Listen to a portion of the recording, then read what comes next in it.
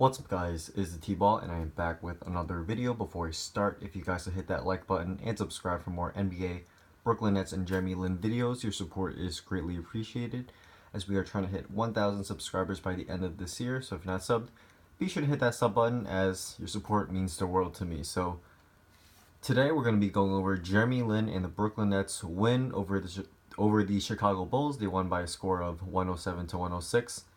Some key box score stats: Jeremy Lin with 12 points, 7 assists, 6 rebounds, and 3 steals. He also had 2 turnovers and 2 personal fouls.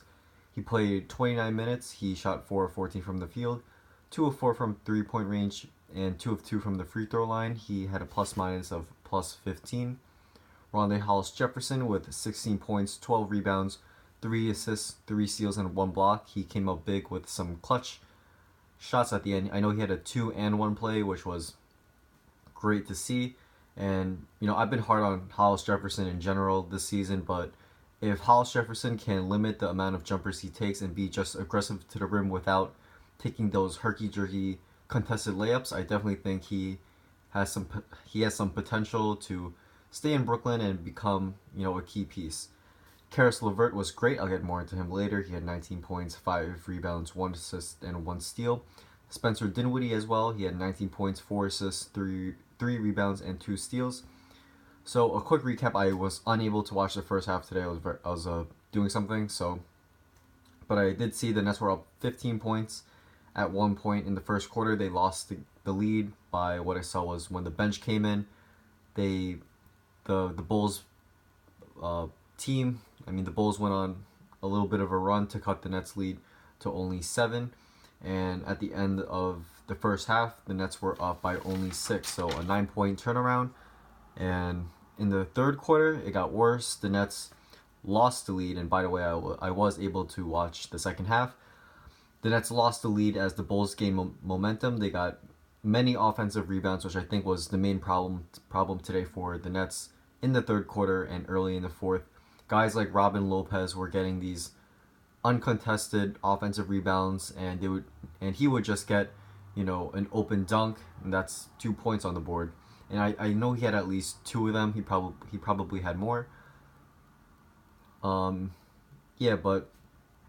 Butler also made some tough shots throughout the game. I'll get more into him later. And the Bulls were up 9 at one point as well. So in the fourth quarter, the Nets heated up late. They played solid D, and with about 1 minute left, Spencer Dinwiddie hit a clutch 3 to tie the game up. The Nets got a stop on the other end, and Dinwiddie was fouled in a drive to the rim, and he got 2 free throws. Butler missed a potential game-winning 3, so Butler, I want to say it was 2 possessions ago from the Bulls, hit a clutch 2, and, you know, it's Jimmy Butler. He's a clutch player, so it was smart for the Bulls to let Butler take the potential game-winning 3. But I definitely think the Bulls could have gotten a much better look considering Butler shot a contested 3 over Brook Lopez. They could have gotten guys like Dwayne Wade, who's a clutch player. Jerry and Grant had a good game as well. So it probably wasn't the best shot for Butler and the Bulls to take, but you live and die. The Bulls live and die with Jimmy Butler. So Dinwiddie was fouled on the rebound, and he sealed it at the line with 2 free throws. And with 2.4 seconds left, Butler just heaved up a 3. It went in, but too little, too late for the Bulls as they lost. They're now 39 and 41, and they're just struggling to even get into the playoff picture. So for Jeremy Lin, he struggled with his shot a little bit. You know, I like his aggressiveness still, even though he shot 4 of 14 from the field. It's the 14 shots that, you know, really makes me happy for Lin, that he's just aggressive, and even when he's not hitting his shots, he's still gonna try to take it to the rim. And he didn't get calls throughout this entirety of the game. He did get 2 free throws in the first quarter, but that was the last of it. And he had 2 drives to the rim in the fourth quarter. One of them was a very blatant foul on a smack on the hand, and another one was against Mirotic, which I think Mirotic body bumped Lin, and Lin should have gotten 2 free throws, but, you know, for some reason, I guess Jeremy Lin is not getting calls. But yes, something's got to change with maybe another video. I don't know. We'll see. But hopefully Lin can start getting the respect of the referees. Um, yeah, but Lin stuffed the stat sheet with 7 assists, 6 rebounds, and 3 steals, and he played solid D throughout the game. He did have a couple mess ups at the end with he guarded Butler in 2 straight possessions. One of them was led to Butler getting a jumper, and another one was Lin fouling Butler on the jumper for 2 free throws. So besides that, Lin played some pretty good defense from what I saw. And besides the shooting, Lin played a very solid game. And hopefully Lin can just work over the summer on his shooting a little bit. And hopefully going into next season, Lin will be healthy, ready, and he's going to have a huge season. So for Spencer Dinwiddie, he played great. He was clutch and efficient. He shot 6 of 9 from the field. He hit that clutch 3, as I said before. He had a nice drive to the rim where he was hit by Mirotic. And, he was hit by Mirotic and he got 2 free throws. And Lin was hit by Mirotic and he didn't get 2 free throws. So something is up. But there's nothing on Dinwiddie. He played great. He hit the 2 free throws. He got that rebound.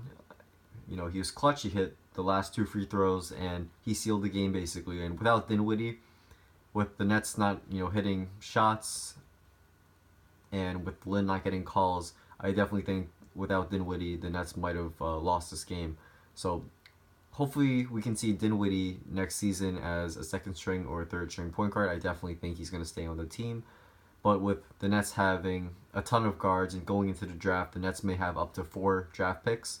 They have 2 first rounders, a second from the Celtics, and potentially the 4th one is from the Pacers, where if the Pacers miss the playoffs, the Nets get their 2nd round pick, as well as the Nets have $3.4 million to spend on a potential 2nd round pick. So we'll see how that turns out in the draft. But he's definitely improved since he was first in Brooklyn. I remember watching him when Lin was out, saying like he was trash, he was passive, he wasn't hitting shots, and he just looked a little lost out there. But it looks like Dinwiddie has finally found his way in the NBA and with the Nets, and I definitely think he has potential to be a decent backup point guard. I also want to point out Caris Levert looked so smooth today. He hit 3s and lay-ins in the 4th and in the 3rd to keep the Nets afloat when the Bulls went on their run. I think he has tons of potential. As I said before, I think he's very similar to Nick Batum in a way, where Batum can score. He's a good shooter like Levert. He is a good rebounder for his position, and he can distribute the ball a little bit, just like Levert. And I think Levert has potential to become something along the lines of Batum, and I can't put my finger on another player, but I know there's a player who's very similar to Levert. But I definitely think he needs to pass a little more. I mean, sometimes he has a habit of just driving to the rim and putting up a shot and just taking multiple possessions with multiple shots. But besides that, I think Levert is a very good player, and he definitely has some potential. So Lopez struggled today with only 13 points on 6 of 14 shooting. He still has 2 more games to get to. I want to say it's Buck Williams' Nets all-time franchise record in points scored, and I think he needs probably around 20 more points, somewhere around 20 more points to get that record. So hopefully Lopez can get that record, and I'm pretty sure he will. He'll need to average around like 12 points, 10 to 12 points per game over the last 2 games to hit that record. So definitely rooting for Lopez. He's a great player, a great person, and he's been great to Lin and the Nets franchise in general, as through all these trade rumors throughout Lopez's, I want to say, 8 years with the Nets, he stayed loyal, and he's never been a headache to the team with any remarks. So he hasn't really done any bad stuff or anything like that. So good on Lopez, and I'm rooting for him. So that's a wrap. Thanks for watching. If you guys did enjoy this recap and analysis video, be sure to leave a like and subscribe for more NBA, Brooklyn Nets, and Jeremy Lin videos. I will be making a video for Monday's game. I'm pretty sure it's Monday's game against the Boston Celtics. The Nets will be in Boston, and they will look to get a win in the TD Garden. So once again, thanks for watching, and I will see you guys soon for an upcoming video. So yeah, have a good one. Peace.